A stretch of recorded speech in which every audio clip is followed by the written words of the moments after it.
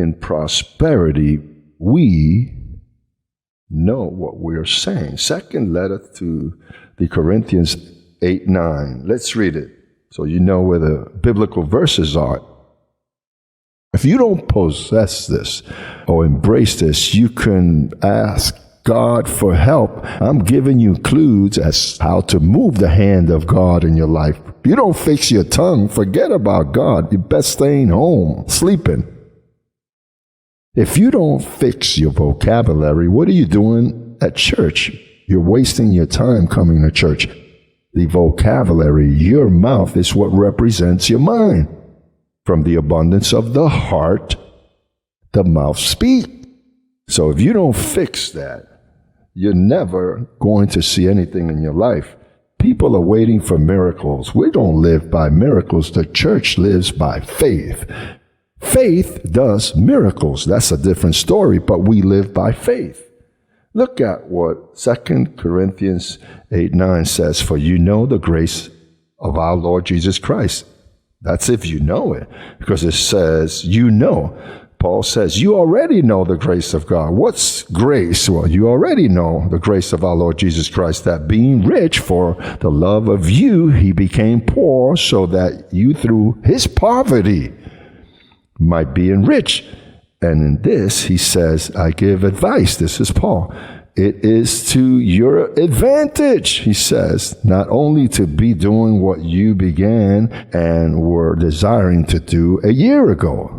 They started sowing their seed, and Paul told them, in this I give you my advice, because you know and you have knowledge that he, being rich, became poor so to enrich you. So what you are waiting for, to be rich, to say you're rich, this is what the science lies. The science of God is position. You know that you've been enriched, though you don't have a cent, respecting the foolishness, because this is a folly. You know what it is to see debt coming in and situations in your life and continue to say, I am rich. Paul said, everywhere and in all things I have learned to have in abundance and to suffer need, even hunger. And he continued confessing he was rich. That is the idea, that your confession does not fall, because if your confession withers, your mind will wither. Because if your mind is absent, how are you going to serve the Lord? I tell you, I want to also give my advice, because I've for many years been confessing things out of my mouth as they are written. And listen, it wasn't easy, because I've lived in that efficiency, and there was enough time for many to mock me. Oh, you're rich? And I had a car that every time they'll call me and said, the car broke down on 8th Street. When I would travel, the car would break down for a reason. Call the company to come pick it up.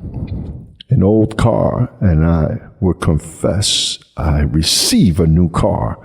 Listen, and the car will not manifest.